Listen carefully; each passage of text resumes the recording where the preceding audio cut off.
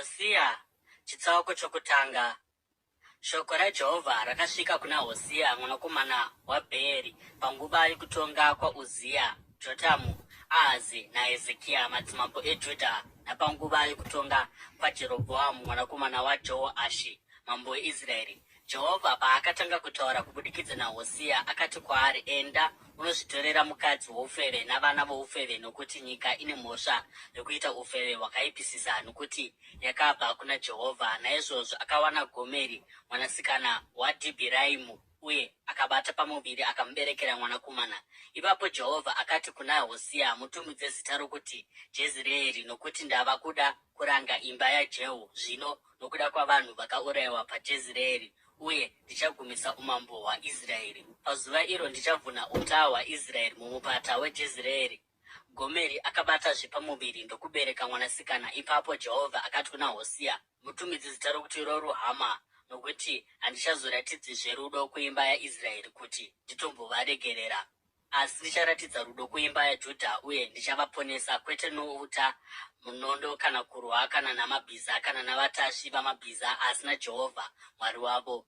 Mushure mokurumura roruhama, Gomeri akaberekazve mumwe mwanakomana. Ipapo Jehovha akati, mutumidze zita rokuti Roami, nokuti imi hamusi vanhu vangu, uye ini handisi Mwari wenyu. Kunyange zvakadaro vaIsraeri vachava sejecha riri pamahombekombe egungwa, risingabviri kuyerwa kana kuverengwa. Paya pakanga panzi kwavari, hamusi vanhu vangu, vachanzi vanakomana vaMwari mupenyu. Vanhu veJudha navanhu veIsraeri vachabatanazve, uye vachasarudza mutungamiri mumwe chete, uye vachasimukira panyika, nokuti zuva raJezireeri richava zuva guru.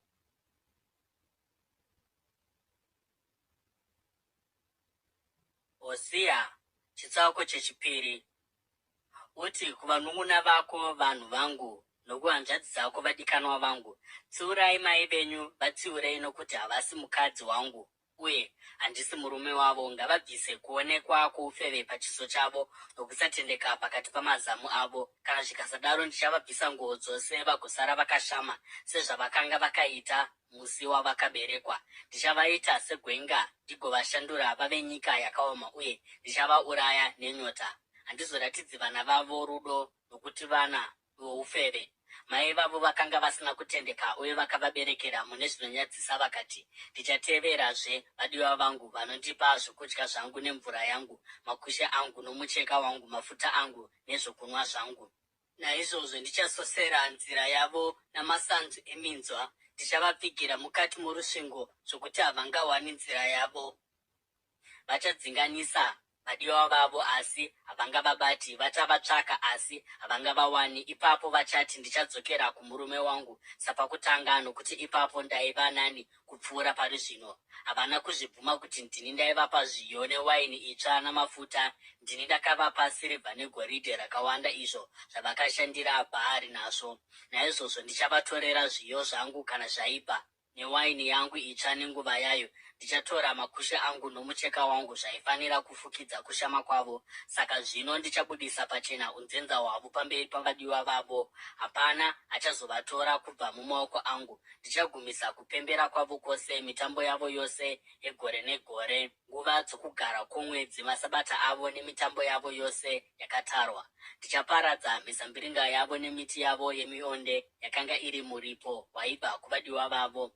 Ndichazviita dondo, uye mhuka dzesango dzichazvidya. Ndichavaranga nokuda kwamazuva avakapirisa zvinonhuhwira kuna Bhaari, vakazvishonga nemhete nezvishongo, vakatevera vadiwa vavo, asi ini vakandikanganwa, ndizvo zvinotaura Jehovha. Naizvozvo zvino ndichazovakwezva, ndichavatungamirira kurenje, ndigotaura zvinyoronyoro kwavari. Ikoko ndichavadzosera minda yavo yemizambiringa, uye ndichaita kuti mupata weAkori uve musuo wetariro. Ikoko vachaimba sapamazuva oumhandara hwavo, sapamazuva avakabuda kubva muIjipiti. Pazuva iro, ndizvo zvinotaura Jehovha, uchanditi murume wangu, hauchazonditi tenzi wangu. Ndichabvisa mazita avana Bhaari kubva pamiromo yavo, havangazodani kumazita avozve. Pazuva iro ndichavaitira sungano nemhuka dzesango neshiri dzedenga, uye nezvipuka zvinokambaira pasi, uta nomunondo nehondo. Ndichazvibvisa panyika kuti zvose zvivate pasi zvakachengetedzeka.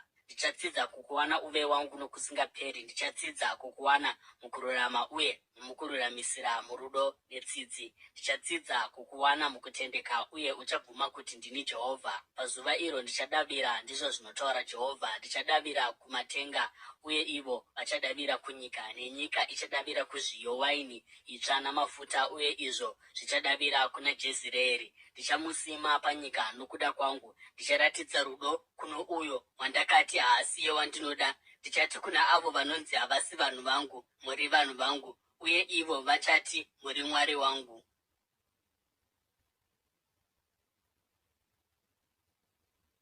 Hosea chitsauko chechitatu. Jehovha akati kwandiri, enda unodazve mukadzi wako, kunyange achidiwa nomumwe uye ari chifeve. Umude sokuda kunoita Jehovha vaIsraeri, kunyange vachitendeukira kuna vamwe vamwari, vachida makeke akaereswa ane marezini. Saka ndakamutenga namashekeri 15 esirivha, neinenge homeri nereteki rebhari. Ipapo ndakati kwaari, unofanira kugara neni kwamazuva akawanda. Haufaniri kuva chifeve kana kudanana nomumwe murume, uye ndichagara newe. Nokuti vaIsraeri vachagara mazuva mazhinji vasina mambo kana muchinda, vasina chibayiro, vasina shongwe, efodhi kana chifananidzo. Mushure maizvozvo vaIsraeri vachadzoka vagotsvaka Jehovha Mwari wavo naDhavhidhi mambo wavo. Vachauya vachidedera kuna Jehovha nokumaropafadzo ake mumazuva okupedzisira.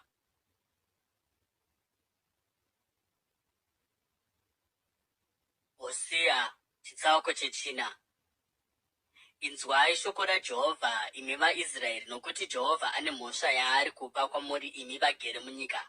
Hapana akatendeka, hapana ane rudo, hapana anoziva Mwari munyika. Mune kutuka chete, kunyengera nokuuraya, kuba noupombwe. Vanoparadza zvose zvinovadzivisa, uye kudeuka kweropa kunotevera kudeuka kweropa. Nokuda kwaizvozvi nyika inochema, navose vanogara mairi vanoperezeka. Mhuka dzesango neshiri dzedenga nehove dzegungwa zviri kufa, asi ngapasava nomunhu anopa mhosva, ngapasava nomunhu anopomera mumwe, nokuti vanhu venyu vakafanana neavo vanopomera muprista mhaka. Imi munogumburwa masikati nousiku, uye vaprofita vanogumburwawo pamwe chete nemi. Saka ndichaparadza mai venyu.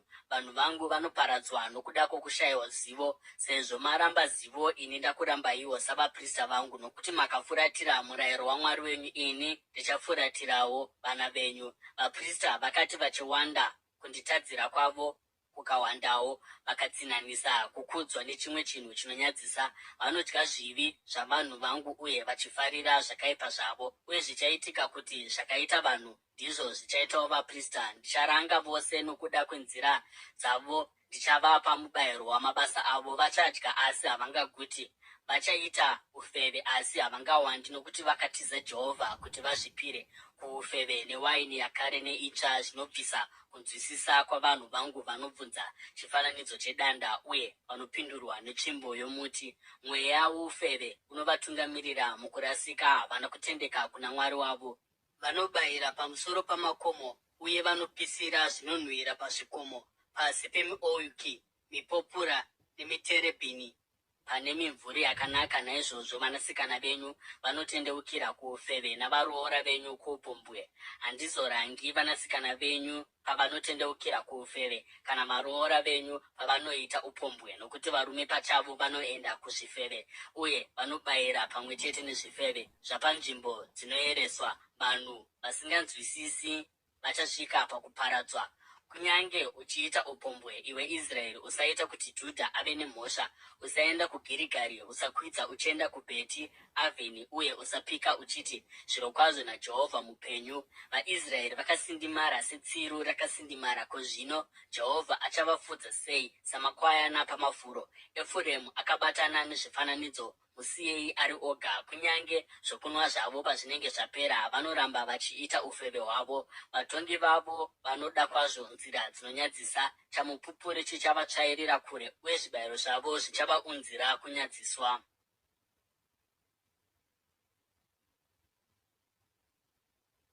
Hosea chitsauko chechishanu. Inzwai izvi, imi vaprista, teererai imi vaIsraeri, teerera iwe imba youmambo. Ndiwe uri kutongwa, wakanga uri musungo paMizipa, mumbure wakatambanudzwa paTabhori. vapanduki vari mushishi rokuuraya, ndichavaranga vose. Ndinoziva zvose zviri pamusoro paEfuremu. Israeri haina kuvanzika kwandiri. Efuremu wakatendeukira zvino kuufeve. Israeri aora. Zviito zvavo hazvivatenderi kudzokera kuna Mwari wavo. Mweya woufeve uri mumwoyo yavo. Havazivi Jehovha. Kuzvikudza kwaIsraeri kunovapa mhosva. VaIsraeri kunyange Efuremu vanogumburwa muchivi chavo. Judha anogumburwawo pamwe chete navo pavachaenda namakwai nemombe dzavo kundotsvaka Jehovha. Havazomuwani iye, azvibvisa kwavari. Havana kutendeka kuna Jehovha. Vanobereka vana voupombwe. Zvino mitambo yavo yokugara kwomwedzi ichavadya pamwe chete neminda yavo. Ridzai hwamanda paGibhea norunyanga paRama. Ridzai mhere yehondo paBheti Avheni. Tungamira pamberi, iwe Bhenjamini. Efuremu achaparadzwa pazuva rokutongwa pakati pamarudzi aIsraeri. Ndinozivisa zvinhu zvechokwadi. Vatungamiri vaJudha vakafanana neavo vanobvisa mabwe omuganhu. Ndichadurura hasha dzangu pavari samafashamu emvura. Efuremu adzvinyirirwa, atsikwa-tsikwa mukutongwa, nokuti akada kutevera zvifananidzo. Ndakafanana nechipfukuto kuna Efuremu sokuora kwavanhu veJudha. Efuremu paakaona kurwa kwake naJudha, maronda ake Efuremu ndipo paakatendeukira kuAsiria. Akatuma nhume kuna mambo mukuru kundotsvaka rubatsiro, asi haagoni kukurapa, haagoni kuporesa mavanga ako, nokuti ndichava seshumba kuna Efuremu, seshumba huru kuna Judha. Ndichavabvambura kuita zvidimbu ndigoenda. Ndichaenda navo pagoshaya anovarwira. Mushure maizvozvo ndichadzokera kunzvimbo yangu kusvikira vabvuma mhosva yavo, uye vachatsvaka chiso changu. Pakutambudzika kwavo vachanditsvaka nomwoyo wose.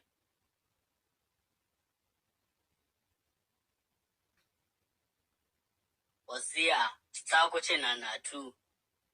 Uyai tidzokere kuna Jehovha. Akatibvambura kutiita zvidimbu, asi achatiporesa. Akatikuvadza, asi achasungazve mavanga edu. Mushure mamazuva 2 achatimutsiridza. Pazuva rechitatu achatidzorazve kuti tirarame pamberi pake. Ngatimuzivei iye Jehovha, ngatishingairirei kumuziva. Zvirokwazvo sokubuda kwezuva, iye achaonekwa. Achauya kwatiri semvura yomuchando, semvura yebuma rutsva inodiridza nyika. Ndichaiteiko newe Efuremu? Ndichaiteiko newe Judha? Rudo rwenyu rwakafanana nemhute yamangwanani, sedova ramangwanani rinopera. Naizvozvo ndinokugurai, ndichakuitai zvidimbu navaprofita vangu. Ndakakuurayai namashoko omuromo wangu. Kutonga kwangu kwakapenya semheni kwamuri, nokuti ndinoda ngoni kwete zvibayiro, nokuziva Mwari kupfuura zvipiriso zvinopiswa. SaAdhamu vakaputsa sungano, vakanga vasina kutendeka kwandiri. Ipapo Gireadhi iguta ravanhu vakaipa, rakasvibiswa norunyoro rwetsoka dzeropa. Samakororo anovandira munhu, ndizvo zvinoita boka ravaprista. Vanouraya vanhu panzira inoenda kuShekemu, vachipara mhosva dzinonyadzisa. Ndakaona chinhu chakaipa kwazvo muimba yaIsraeri imomo. Efuremu anoita ufeve, uye Israeri anosvibiswa. Nokwauriwo, iwe Judha, kukohwa kwatarwa pose pandichadzosera maropafadzo avanhu vangu.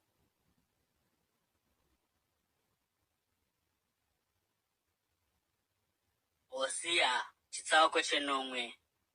Pose pandichaporesa Israeri, zvivi zvaEfuremu zvichaiswa pachena, uye mhosva dzeSamaria dzichabudiswa pachena. Vanoita zvounyengeri, mbavha dzinopaza dzimba, uye makororo anotorera vanhu zvinhu munzira. Asi havazivi kuti ndinorangarira zvakaipa zvose zvavanoita. Zvivi zvavo zvinovakomberedza zvinoramba zviri pamberi pangu nguva dzose. Vanofadza mambo nezvakaipa zvavo, machinda nenhema dzavo. Vose imhombwe, vanopisa sechoto, moto wacho usingadi mukanyi wechingwa kuchidzira kubva pakukanywa kwebundu rechingwa kusvikira chafuta.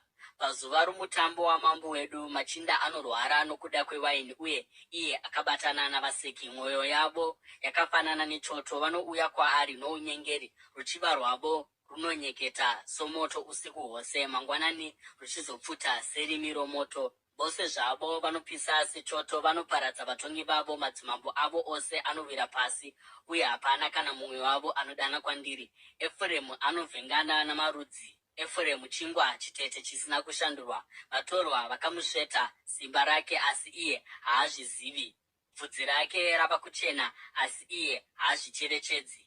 Kuzvikudza kwaIsraeri kunomupupurira zvakaipa, asi kunyange zvakadaro iye haadzoki kuna Jehovha Mwari wake kana kumutsvaka. Efuremu akaita senjiva inonyengereka, zviri nyore uye isina njere anodana kuIjipiti anoenda kuAsiria. Pavachaenda, ndichakandira mumbure pamusoro pavo, ndichavakwevera pasi seshiri dzedenga. Ndichavanzwa vachibhururuka pamwe chete, ndichavabata vane nhamo nokuti vakarasika vachibva kwandiri. Ngavaparadzwe nokuti vakandipandukira. Ndinoshuva kuvadzikinura, asi vanondirevera nhema. Havachemi kwandiri zvinobva pamwoyo yavo, asi vanoungudza vari panhoo dzavo. Vanounganira zviyo newaini itsva, asi vanondifuratira. Ndakavadzidzisa ndikavasimbisa, asi vanorangana kundiitira zvakaipa. Havadzokeri kuna iye wokumusoro-soro, vakafanana nouta unonyengera. Vatungamiri vavo vachaparadzwa nomunondo nokuda kwamashoko avo ounhubu. Nokuda kwaizvozvi vachasekwa munyika yeIjipiti.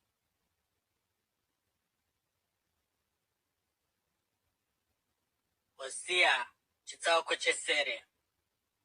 Isa hwamanda pamuromo wako, gondo riri pamusoro pemba yaJehovha, nokuti vanhu vakaputsa sungano yangu uye vakapandukira murayiro wangu. VaIsraeri vanodana kwandiri vachiti, haiwa Mwari wedu, tinokuzivai, asi Israeri akaramba zvakanaka.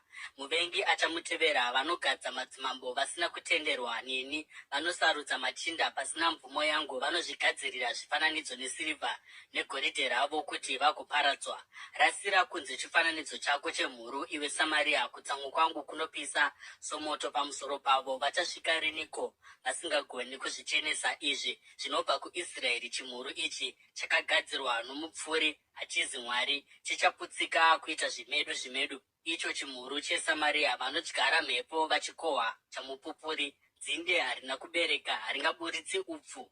Dai raizobereka zviyo, vatorwa vaizvimedza. Israeri yamedzwa, zvino yava pakati pendudzi sechinhu chisina maturo, nokuti vakaenda kuAsiria sembizi inongombeya yoga. Efuremu akazvitengesa kuvadiwa. Kunyange zvavo vakazvitengesa pakati pendudzi, ndichavaunganidza zvino pamwe chete. Vachatanga kuperezeka pasi poudzvinyiriri hwamambo ane simba guru. Kunyange Efuremu akavaka aritari zhinji dzezvipiriso zvechivi, idzi dzava aritari dzokuitira zvivi. Ndakavanyorera zvinhu zvakawanda zvomurayiro wangu, asi vakazvitora sezvinhu zvisinei navo. Vanopa zvibayiro kwandiri uye vanodya nyama yacho, asi Jehovha haafadzwi navo. Zvino acharangarira uipi hwavo uye acharanga zvivi zvavo. Vachadzokera kuIjipiti. Israeri akakanganwa musiki wake ndokuvaka mizinda.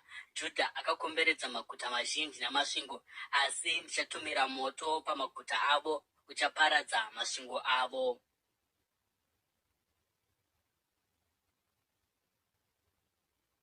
Hosea chitsauko chepfumbamwe. Rega kufara iwe Israeri, rega kupembera sezvinoita dzimwe ndudzi, nokuti hauna kunge wakatendeka kuna Mwari wako. Unofarira mubayiro wechifeve pamapuriro ose. Mapuriro nezvisviniro zvewaini hazvingagutsi vanhu. Waini itsva ichavanyengera. Havangarambi vari munyika yaJehovha. Efuremu achadzokera kuIjipiti agodya zvokudya zvakasvibiswa muAsiria. Havangadiri zvipiriso zvewaini kuna Jehovha, uye zvibayiro zvavo hazvingamufadzi. Zvibayiro zvakadai zvichava kwavari sechingwa chavanochema. Vose vanozvidya vachava vakasvibiswa. Zvokudya izvi zvichava zvavo, hazvingaunzwi mutemberi yaJehovha. Muchaiteiko pazuva rakatarwa remitambo yenyu, pamazuva emitambo yaJehovha? Kunyange dai vakapunyuka kubva pakuparadzwa, Ijipiti ichavaunganidza uye Memufisi ichavaviga. Matura avo esirivha achafukidzwa norukato, uye minzwa ichamera mumatende avo. Mazuva okurangwa ari kuuya, mazuva okutsiva ava pedyo. Israeri ngaazvizive izvi, nokuti zvivi zvako zvizhinji kwazvo uye ukasha hwako hwakakura kwazvo. Muprofita anoonekwa sebenzi, nomurume anomweya somunhu anopenga. Muprofita pamwe chete naMwari wangu, ndiye nharirire yaEfuremu. Asi zvakadaro misungo yakamumirira panzira dzake dzose, uye ruvengo muimba yaMwari wake. Vanyura kwazvo muhori sapamazuva eGibhea. Mwari acharangarira uipi hwavo uye achavaranga nokuda kwezvivi zvavo. Pandakawana Israeri, zvakanga zvakafanana nokuwana mazambiringa murenje. Pandakaona madzibaba enyu, zvakanga zvakaita sokuona zvibereko zvokutanga pamuti womuOnde. Asi pavakauya kuBhaari Peori, vakazvitsaura kuti vazviise kuchiumbwa ichocho chinonyadzisa, vakava vasina maturo uye vakafanana nechinhu chavakada. Kukudzwa kwaEfuremu kuchabhururuka seshiri pasina kubereka, pasina pamuviri, pasina kubata pamuviri. Kunyange zvavo vakarera vana, ndichavauraya vose mumwe nomumwe. Vachava nenhamo pandichavafuratira. Ndakaona Efuremu setire akasimwa panzvimbo yakanaka, asi Efuremu achabudisa vana vake kumuurayi. Vapei imi Jehovha, zvino muchavapeiko? Vapei zvibereko zvinopfupfudzika namazamu akaoma. Nokuda kwouipi hwavo hwose muGirigari ndakavavenga ikoko. Nokuda kwamabasa avo akaipa ndichavadzinga kubva mumba mangu. Handichazovadizve vatungamiri vavo vose vakapanduka. Efuremu arohwa, mwedzi wavo wasvava, havabereki chibereko. Kunyange vakabereka vana, ndichauraya vana vavo ivava vavanodisa. Mwari wangu achavaramba nokuti havana kumuteerera. Vachava vadzungairi pakati pendudzi.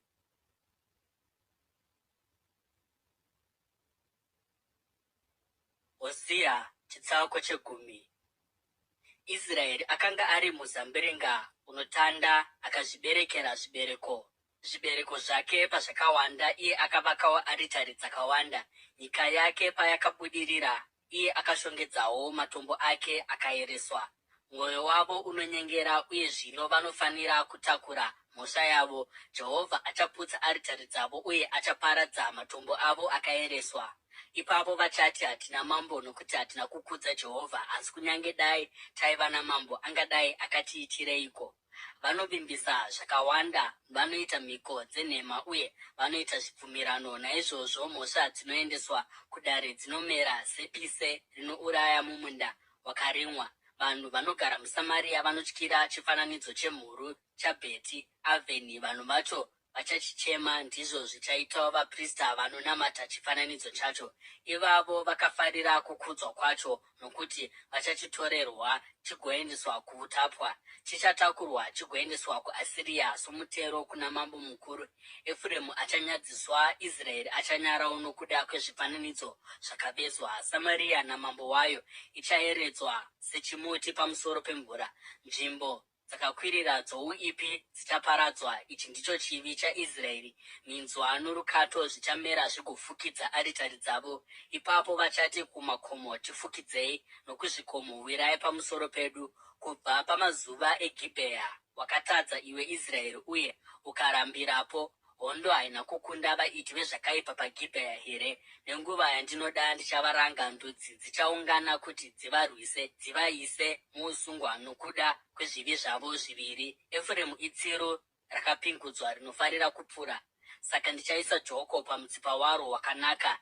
Ndichatina Efuremu, Judha anofanira kurima, uye Jakobho anofanira kuputsa mavhinga acho. Zvidyarirei kururama, kohwai chibereko chorudo rusingaperi. Mugorima gombo renyu, nokuti inguva yokutsvaka Jehovha, kusvikira auya kuzonayisa utsvene pamusoro penyu. Asi makarima uipi, mukacheka zvakaipa, mukadya zvibereko zvounyengeri, nokuti makavimba nesimba renyu uye navarwi venyu. Kuomba kwehondo kuchamukira vanhu venyu, zvokuti masvingo enyu ose achaparadzwa, sokuparadzwa kwakaitwa Bheti Aribheri neSharimani pazuva rokurwa. Vanamai pavakapanhirwa pasi pamwe chete navana vavo, ndizvo zvichaitika kwauri iwe Bheteri, nokuti uipi hwako hukuru. Kana zuva iroro roswedera, mambo weIsraeri achaparadzwa zvachose.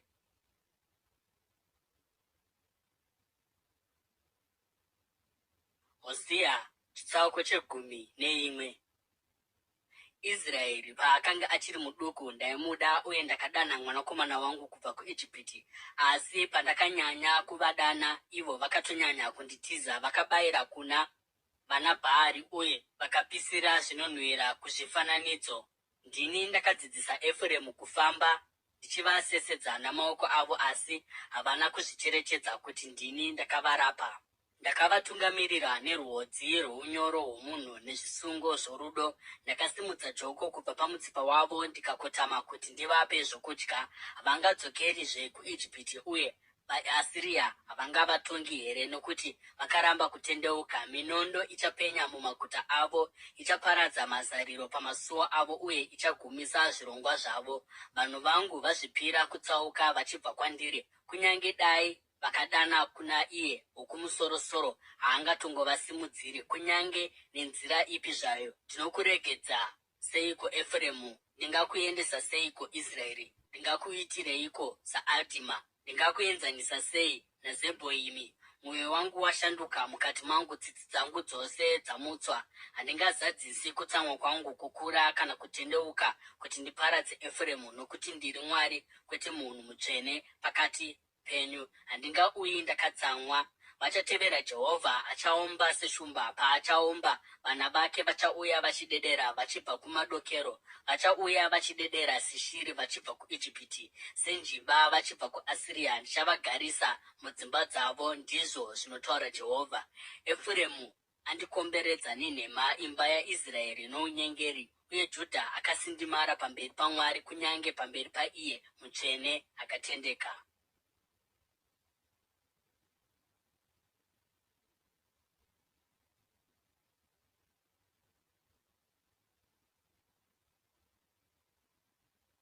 Hosea chitsauko chegumi nembiri. Efremu anodya mhepo, anodzingana nemhepo yokumabvazuva zuva rose, uye anowedzera nhema pamwe chete nechisimba.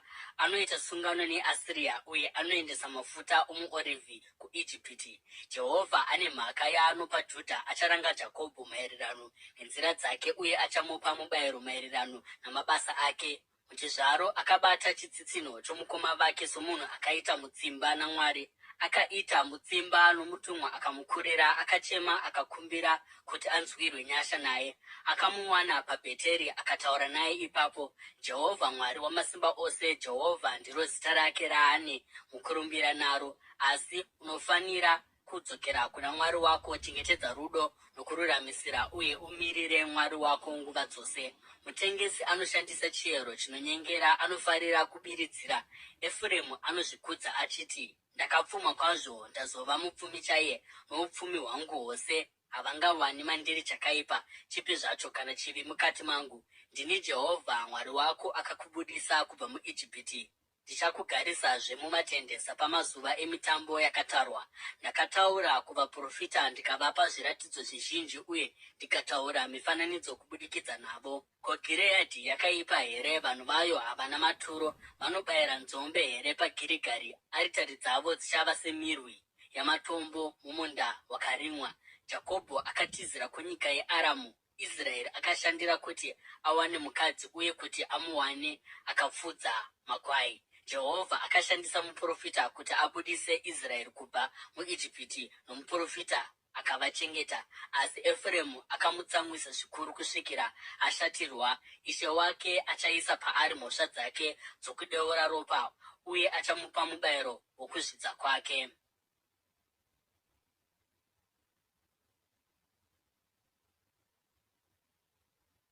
Hosea chitsauko chegumi netatu. Efremu akati ataura, vanhu vakadedera. Iye akakudzwa muIsraeri, asi akava nemhosva yokunamata Bhaari uye akafa. Zvino vanoramba vachingotadza. Vanozviitira zvifananidzo zvakaumbwa nesirivha yavo, zviri zvifananidzo zvakaumbwa nenjere dzavo, zvose ari mabasa emhizha pamusoro pavanhu ava. Zvinonzi vanobayira zvibayiro uye vanotsvoda zviumbwa zvemhuru. Naizvozvo vachava semhute yamangwanani, sedova rinokurumidza kupera, sehundi inopeperetswa kubva paburiro, soutsi hunobuda napahwindo. Asi ndini Jehovha Mwari wako, akakubudisa kubva muIjipiti. Haungazovi nomumwe mwari kunze kwangu, kana mumwe muponesi kunze kwangu. Ndichakuchengeta murenje, munyika inopisa kwazvo. Pandakavapa zvokudya vakaguta, vakati vaguta vakazvikudza, ipapo vakandikanganwa. Saka ndichauya kwavari seshumba, ndichavagarira panzira sembada, sebere ratorerwa vana varo. Ndichavarwisa ndigovatsemura seshumba. Ndichavaparadza, chikara chesango chichavabvambura. Waparadzwa iwe Israeri, nokuti unondirwisa uchirwisa mubatsiri wako. Mambo wako aripiko kuti zvimwe angakuponesa? Vatongi vako varipiko mumaguta ako ose avo vawakati, ndipei mambo namachinda? Saka mukutsamwa kwangu ndakakupa mambo, uye muhasha dzangu ndakamubvisa. Mhosva dzaEfremu dzakaunganidzwa pamwe chete, zvivi zvake zvikachengetedzwa muzvinyorwa. Kurwadziwa sekwomukadzi anosununguka kunosvika kwaari, asi uyu mwana asina uchenjeri. Kana nguva dzasvika, haauyi kumusuo wechizvaro. Ndichavadzikinura kubva pasimba reguva, ndichavadzikinura kubva parufu. Dziripiko hosha dzako, nhai rufu? Kuripiko kuparadza kwako, nhai guva? Handingazovi netsitsi kunyange akabudirira pakati pamadzikoma ake. Mhepo yokumabvazuva yaJehovha ichauya ichivhuvhuta ichibva kurenje. Chitubu chake chichapwa uye tsime rake richaoma.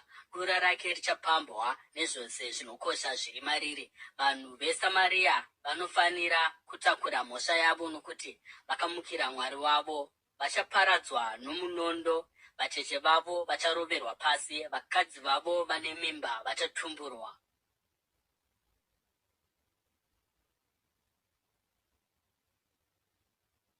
Hosea chitsauko che14.